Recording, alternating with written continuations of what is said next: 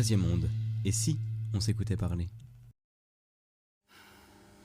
Partager sa vie privée, échanger avec des inconnus, faire de la publicité pour sa marque préférée ou encore y recourir à des fins professionnelles, les usages possibles sont nombreux mais impliquent souvent de renoncer à une partie de son intimité.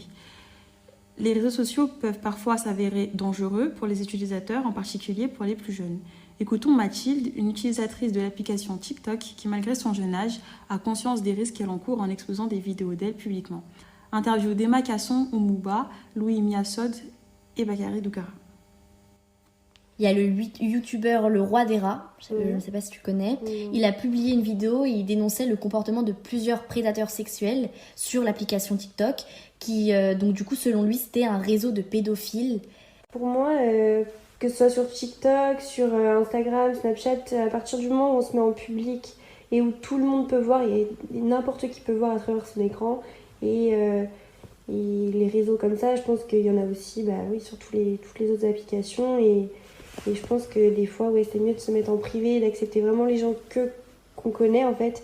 Et moi, j'y pense de plus en plus parce que c'est vrai que ça fait un peu peur, quoi.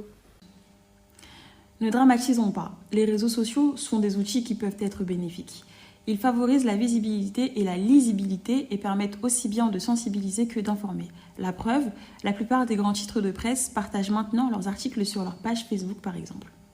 Il est vrai qu'aujourd'hui, les institutions font aussi usage de ces plateformes pour partager des informations et montrer leur activité. Cécile Fraval, Bénédicte Lula et Olympe Dittner ont rencontré Anthony Miège, ancien chargé de communication de l'Université de Paris 13. Il nous explique comment utiliser les réseaux sociaux à notre avantage. Anthony Miège, ancien community manager de l'Université Sorbonne Paris Nord, nous explique dans les 2 extraits qui suivent le nouveau rôle et la nouvelle vision des réseaux sociaux au service des institutions. Dans le premier extrait, les institutions peuvent être considérées comme peu lisibles, tel un millefeuille.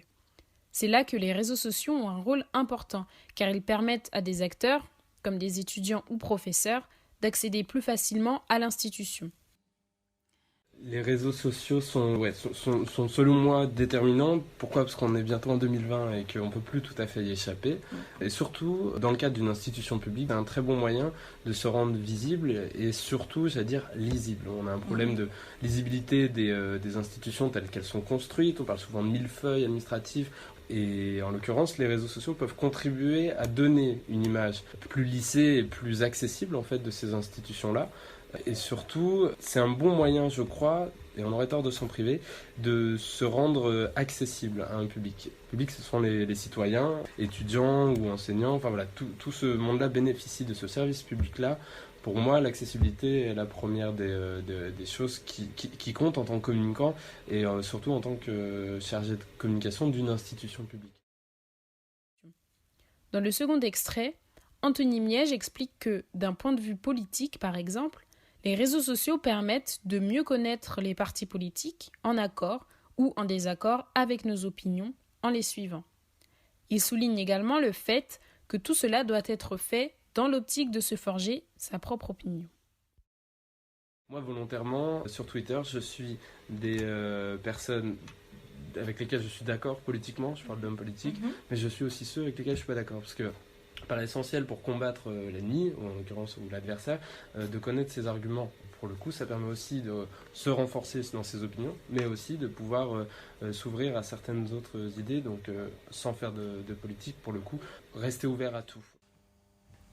Pratique, les réseaux sociaux peuvent aussi être solidaires, un terme à la mode qui désigne l'engagement et l'engouement envers une cause humanitaire. Ces mouvements naissent parfois sur les réseaux et conduisent à de belles actions de solidarité.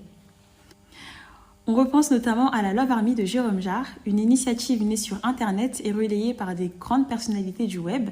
Pour rappel, en 2017, un appel à la sensibilisation et aux dons avait permis de récolter 1,8 million de dollars en 3 jours seulement, au profit des populations touchées par la famine en Somalie. Cet énorme élan de solidarité a révélé une nouvelle facette des réseaux sociaux. Je propose qu'on écoute tout de suite Aziz, connu sous le pseudonyme The Golden Show sur Instagram, relater son expérience. Grâce aux réseaux sociaux, il a organisé des maraudes pour venir en aide au SDF.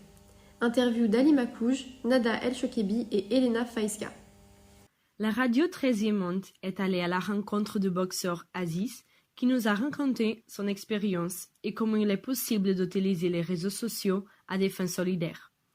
L'année dernière, Aziz a participé à un projet lors duquel il a utilisé les réseaux sociaux, lui ayant permis de récupérer des vêtements qui ont été distribués au centre d'accueil et donnés à des personnes directement dans deux gares. Le projet a pris des proportions importantes qui n'ont pas surpris les boxeurs puisque le projet a intéressé beaucoup de monde.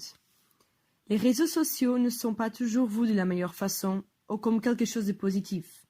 Avec le témoignage d'Aziz, nous constatons le contraire, car il nous a fait comprendre mieux comment les réseaux peuvent être un dispositif solidaire et comment il est possible de les utiliser pour améliorer la vie des autres et d'aider ceux qui en ont le plus besoin. J'étais sur une story, tout simplement en train de regarder la story du rappeur Niro. Et ce jour-là, il avait proposé justement à différentes personnes d'apporter des vêtements, des affaires, différentes choses. Et chose incroyable, en fait, j'ai reçu un coup de fil de sa part. Donc je suis venu pour lui apporter les différents objets. Je lui ai proposé en fait de récupérer pas mal de vêtements, pas mal d'affaires justement à ce moment-là, pour pouvoir justement un maximum optimiser son projet. Aujourd'hui, on a le projet d'essayer de le faire à nouveau cette année et de le faire avec une ampleur un peu plus importante. Autant de solidarité, est-ce que je m'y attendais? Oui, parce que je pense que comment expliquer, le sujet en fait intéressait un maximum de monde. Et surtout, je pense qu'on a tous envie de faire des choses, mais malheureusement, on n'a pas forcément l'opportunité ni la possibilité de le faire. Pour continuer sur le sujet, écoutons Camille Coubret pour sa revue de presse. Les médias n'arrêtent pas de nous le dire, les réseaux sociaux ont des côtés sombres. Mais ils peuvent aussi être le théâtre de mouvements de solidarité. En effet, il existe de nombreux exemples d'entraide entre les gens qui sont nés à la base d'un simple tweet ou d'un simple post. Aujourd'hui, je vous propose de se centrer sur 2 initiatives qui sont nées grâce aux réseaux sociaux. Partons tout d'abord à Bordeaux, où 3 jeunes entrepreneurs ont développé une application appelée Mobalink, qui permet aux personnes en situation de handicap de renouer le contact social et de les aider dans chacune de leurs démarches. C'est le quotidien 20 minutes qui est parti à la rencontre de Marina Désiré, une des 3 créatrices de cette application. L'objectif de départ est simple, c'est de rompre avec ce sentiment très fort d'isolement chez les personnes en situation de handicap et de développer l'entraide. Emploi, loisirs, équipements, administratifs, restauration. Les utilisateurs, à l'image d'Emmanuel malvoyant, peuvent parler de tout.